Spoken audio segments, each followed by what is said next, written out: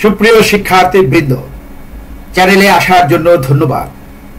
যারা এখনো Nurtaj tutorials 9 YouTube চ্যানেলটি সাবস্ক্রাইব করো নাই, তাদের প্রতি অনুরোধ রইল চ্যানেলটি সাবস্ক্রাইব করবে এবং বেল বাটনে ক্লিক করে সঙ্গেই থাকবে।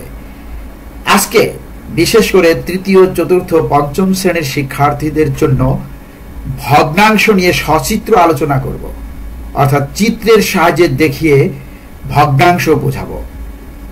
এই চিত্র নেওয়া হয়েছে ক্লাস 3 থেকে, তবে চতুর্থ ও পঞ্চম শ্রেণীর শিক্ষার্থীরাও যদি এই ভিডিও দেখো তাহলে তোমাদের ভগ্নাংশের ভয় আর থাকবে না।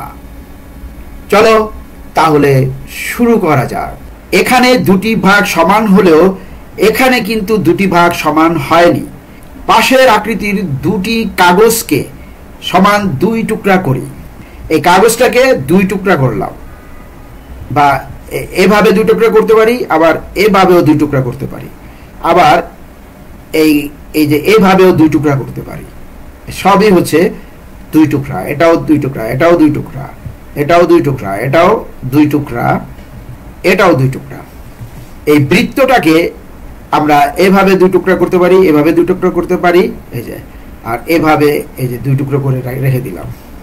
একটি কাগজের ফিতাকে সমান 2 ভাগে ভাগ করি। এই যে এই 1 ভাগ, এই 1 ভাগ, এই 1 ভাগ। যখন আমরা একটি বস্তুকে সমান 2 অংশে ভাগ করি তখন প্রত্যেক অংশকে অর্ধেক বা 2 ভাগের 1 ভাগ বলি এবং লিখি উপরে 1, একটা টান দিয়ে নিচে 2, অর্ধেক বা 2 ভাগের 1 ভাগ পড়ি। কোন টুকরাটি ক এর 2 এর 1? এখানে 1, 2, 3, 4 টুকরা করা হয়েছে। এখানে নেওয়া হয়েছে 3 টুকরা, আর এখানে নেওয়া হয়েছে 2 টুকরা, এখানে নেওয়া হয়েছে 1 টুকরা। তাহলে এটা হচ্ছে অর্ধেক বা 2 টুকরার 1 ভাগ। এই যে এতটুকু 1 টুকরা আর এতটুকু 1 টুকরা, তাহলে এটা হচ্ছে 2 এর 1। নিচের প্রত্যেক আকৃতির 2 এর 1 অংশ রং করি। এটা 2 এর 1 অংশ, এই 2 ভাগ করা হয়েছে। এটা 2 এর 1 অংশ, এটা 2 এর 1 অংশ, 2 ভাগ করা হয়েছে। এটা 2 ভাগ করা হয়েছে, সমান 2 ভাগ, 2 এর 1 অংশ আছে। এখানে 2 এর 1 অংশ, এটা 2 এর 1 অংশ, কিন্তু এটা 2 এর 1 অংশ নয়। দুটি 2 এর 1 একত্রে রাখলে কি তৈরি হয়? এই একটা 2 এর 1, এই একটা 2 এর 1, একটা ক্ষেত্র হয়ে গেল, চতুর্ভুজ। এই একটা অংশ, এই একটা অংশ, দুটো মিলে দুটো ছিল আগে। এটা একটা অর্ধবৃত্ত, এটা একটা অর্ধবৃত্ত, তো বৃত্তের অর্ধেক। এই দুটো মিলে হয়ে যাবে একটা বৃত্ত।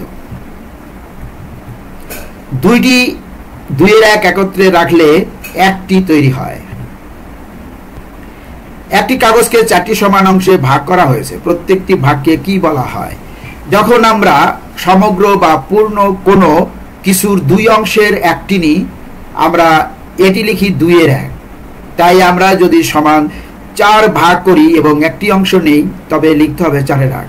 এখানে এই বর্গক্ষেত্রকে 4টি ভাগে ভাগ করা হয়েছে, 1, 2, 3, 4, এবং 4 ভাগের 1 ভাগ লাল রং করা হয়েছে। অতএব এই লাল রং করার অংশকে লিখবো আমরা 4 ভাগের 1 ভাগ।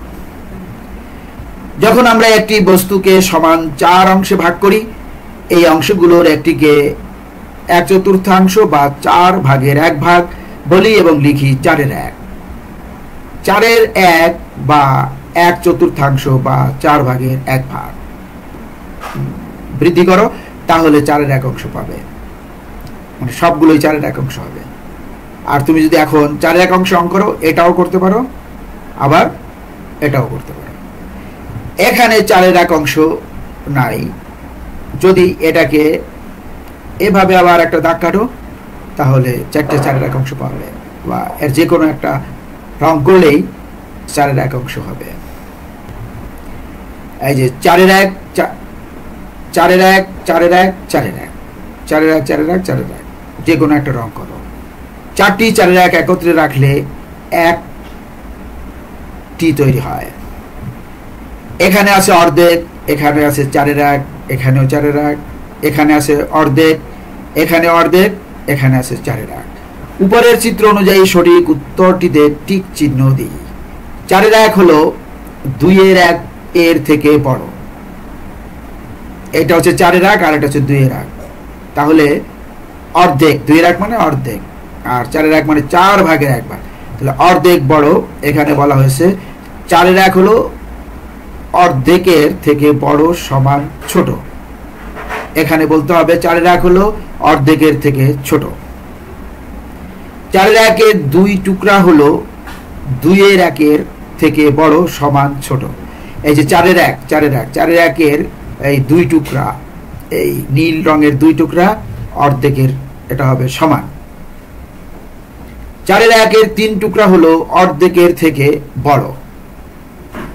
ধরো এখানে 4 ভাগের 3 ভাগ রং করা হয় নাই আর 1 ভাগ রং করা হয়েছে, তাহলে রং করা অংশ হচ্ছে বেশি, বড়, এটার উত্তর হবে বড়।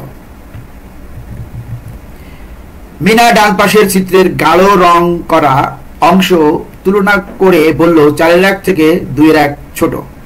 মিনার তুলনা কি সঠিক, কেন?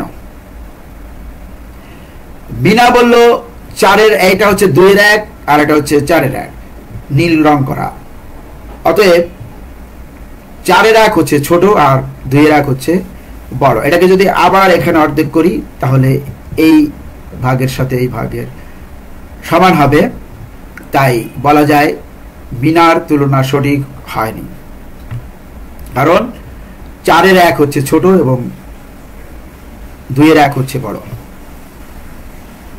ইচ্ছে মতো সমান আকৃতির 2টি চিত্র আঁকি এবং একটির 2-এর এক অংশ ও অন্যটির 4-এর এক অংশ রং করি।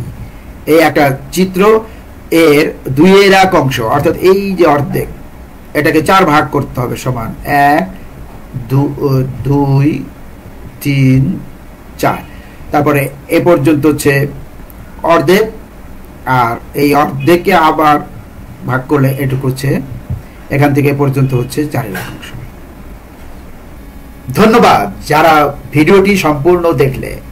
কমেন্টস করবে কেমন লাগলো, কি বিষয়ে ভিডিও পেতে চাও, কি ধরনের ভিডিও পেতে চাও, কোন অনুশীলনের, অর্থাৎ তোমাদের বার্ষিক পরীক্ষার প্রস্তুতির জন্য আমাকে জানালে আমি সেই মতোই ভিডিও করব। সবাই ভালো থাকবে, সুস্থ এবং নিরাপদে থাকবে। যারা এখনো নুরতাজ টিউটোরিয়ালস 9 ইউটিউব চ্যানেলটি সাবস্ক্রাইব করো নাই, তাদের প্রতি অনুরোধ রইল চ্যানেলটি সাবস্ক্রাইব করবে এবং বেল বাটনে ক্লিক করে সঙ্গেই থাকবে। বেল বাটনে ক্লিক করে রাখলে আমি ভিডিও আপলোড দেওয়ার সাথে সাথে তোমার কাছে নোটিশ চলে যাবে। আজকে তাহলে বিদায়, আবারও কোনো কন্টেন্ট নিয়ে এই স্ক্রিনে হাজির হব। সে পর্যন্ত সবাই ভালো থেকো, সুস্থ থেকো, নিরাপদেও থেকো। আল্লাহ হাফেজ।